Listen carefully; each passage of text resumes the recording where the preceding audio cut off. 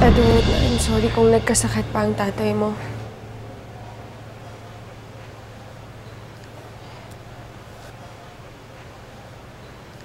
Grace, alam naman nating dalawa na hindi ikaw yung punot dulo ng mga to. I know Papa's sick, but I'm not taking that against you.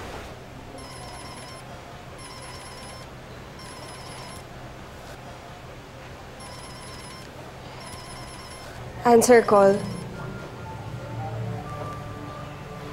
Ate Grace. Ate Grace, tulungan mo ako. Please, tulungan mo ako, Ate Grace. Chari? Bakit ka umiiyak? Anong nangyari? Sinaktan ka ba ni William? Grace. Anong ginawa mo kay Chari? Kuya, what's going on? Mahalaga sa inyo si Chari. Sumunod kayo sa akin. Harap-harap tayo. Kayong dalawa lang, walang pulis. Kung hindi, si Chari ang magdurusa.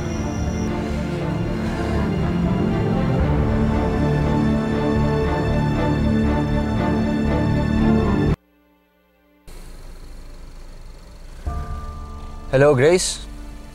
Edward, huwag ka na kayang tumuloy. Grace, napag-usapan na natin to. Oo nga, pero hindi ako mapakali. I don't trust William. Hindi ko alam kung dapat sumunod tayo sa mga demands niya. Hindi ko rin naman siya pinagkakatiwalaan. Kaya nga mas mabuti nga tong ako lang ang pupunta at hindi ka kasama. Look, after everything that he's done to you, ayoko nakakalapit siya sa'yo nung basta-basta. Don't worry about me. Wala siyang magagawa sa akin.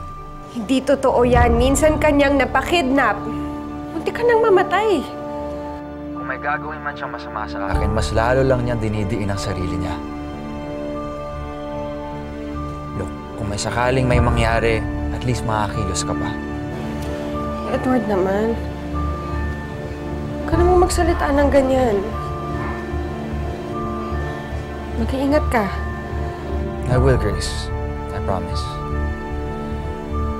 I love you. I love you.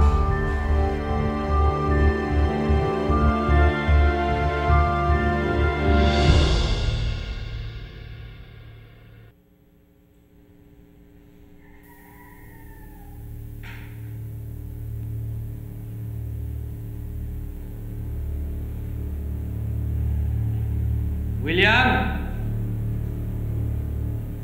Kuya William!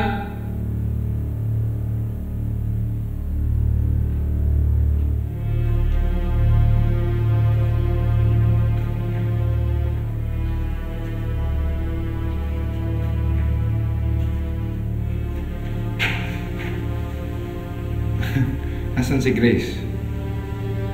Ba sinabi ko dapat kasama mo siya? Nasaan si Chari? Anong ginawa mo sa kanya? Alam mo, tigas talaga yung ulo ng nobya mo. But don't worry, I expected it. Hindi ako abogado, pero hindi ako tanga. Siguro akala niyo matalino kayo. Dahil hindi kayo pumunta dito na magkasama. Pero mali kayo. Shut up! Sagutin mo na lang yung tanong ko. Nasaan si Chari?